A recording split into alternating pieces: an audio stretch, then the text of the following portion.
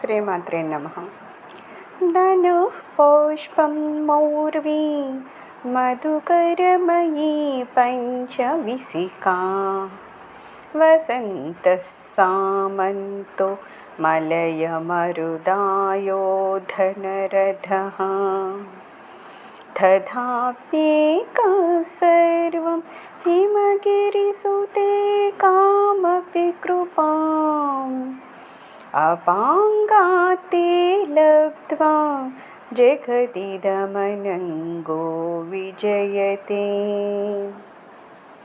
జగన్మాత మన్మధుడి వెళ్ళి చూస్తేనేమో సుకుమారమైన పుష్పాలతో చేసి ఉంటాయి. అతని వింటినార చూస్తేనేమో చంచలమైన తొమ్మిదల వరుస అయి ఉంటుంది. అతని పుష్పబాణాలు చూస్తేనేమో ఐదు ఉంటాయి. వసంతుడు చూస్తే అతనికి సామంతుడు, మలయమారుతమేమో అతనికి రథము. ఇలాగా చాలా సుకుమారుడైన మన్మధుడు ఒక్కడే అయినప్పటికీ ఇలాగా యుద్ధములో పరమసుకుమారుడైన మన్మధుడు ఒక్కడే అయినప్పటికీ కరుణావీక్షణ ఉంది. దాన్ని పొందడం వలన అతనికి శరీరం లేకపోయినా సరే జగములన్నింటినీ గెలుచుకుంటున్నాడు. ఇది అతని ప్రభావం ఏమి కాదమ్మా.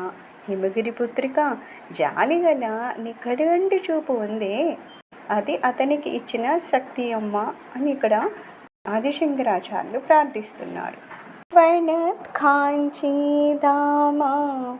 కరికలభకుంభస్తననతా పరీక్షీణా మధ్యే పరిణతసరశ్చంద్రవదనా ధనుర్బాణాన్ పాసం శృణిమపి దధానా కరతలైః పురస్తాదాస్తాం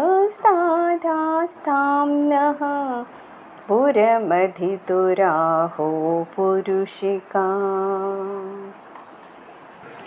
రణిస్తున్న సువర్ణ మేకలాలు కలిగి ఉన్నది.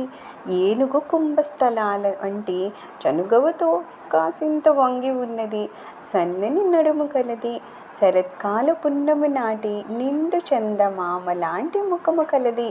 ధనుర్బాణాలు పాశాంకుశాలు హస్తాల్లో పట్టుకొని ఉన్నది. అయిన మహాదేవుని అహంకార స్వరూపిణి అయిన దేవి మా ముందు నిలుచుగాక అని ప్రార్థిస్తున్నారు.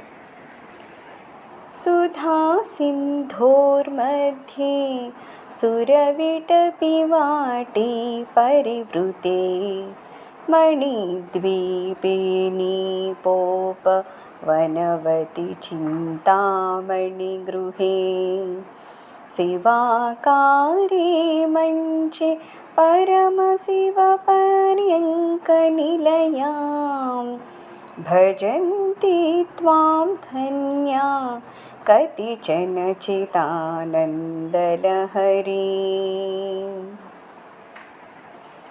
అమృతమయ సముద్రము మధ్య కల్పవృక్షాల వనాలు ఉన్నాయట. ఆ వనం మధ్యలో మనోహరమైన మణిద్వీపం ఉందట. ఆ ద్వీపమున కడిమి చెట్ల తోటలు ఉన్నాయంట. వాని మధ్య చింతామణినచే నిర్మితమైన దివ్య భవనం ఉందట. అందులో త్రికోణ రూపంలో అంటే శివరూపంలో ఒక మంచం ఉందట. దానిపై పరమశివుని అంకమున ఉన్న జ్ఞాన ఆనంద తరంగ రూపమైన నీవు ఉన్నావట.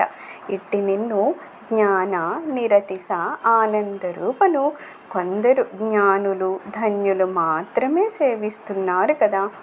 దేవి యొక్క అట్టి దర్శనం పొందిన వారు కొందరే, వారు మాత్రమే ధన్యులు అని అమ్మను ప్రార్థిస్తున్నారు. మహిమూలాధారే కమపి మణిపూరే హుతవహం స్థితం స్వాదిష్టాని హృది మరుతమాకాశముపరి మనోపి భ్రూమధ్యే సకలమపి పీత్వా కులపదం సహస్రారే పద్మే సహర్హసి పత్యా విహరసే. ఓ దేవి మూలాధార చక్రమునందేమో భూతత్వాన్ని, మణిపూర చక్రమునందు జలతత్వాన్ని, స్వాధిష్టాన చక్రమునందు జ్వలతత్వాన్ని, అనాహత చక్రం నందు మరుతత్వాన్ని, దాని మీద ఉన్న శుద్ధ చక్రమునందు ఆకాశతత్వాన్ని, ఆగ్నేయ చక్రమునందు మనస్తత్వాన్ని, సకలమైన సుషుమ్న పదాన్ని భేదించి సహస్రార కమలమునందు ఏకాంతంలో వల్లభునితో విహరిస్తున్నావు. విశేషాంశం ఏమంటే లింగ స్థానమునందు మణిపూర చక్రము, నాభియందు స్వాధిష్టాన చక్రము, హృదయం నందు అనాహత చక్రము, అనాహిత చక్రానికి మీది భాగాన శుద్ధ చక్రము, భ్రూమందు ఆగ్నేయ చక్రము ఉన్నది అని ద్యోతకమవుతోంది. సుధాధారా సారే చరణయుగళాంతర్విగణితైః ప్రపంచం సించంతి పునరపి రసామ్నాయమహసః అవాప్య స్వాం భూమిం భుజగనిభమధ్యుష్టవలయం స్వమాత్మానం కృత్వా స్వపిశికులకుండే కుహరిణిః.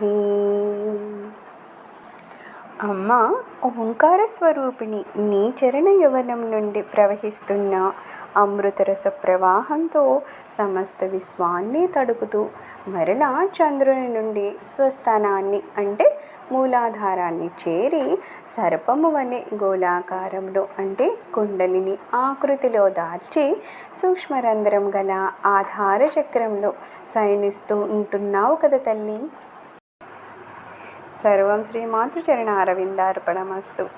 తర్వాత శ్లోకాలు తర్వాత వీడియోలో చూద్దాము.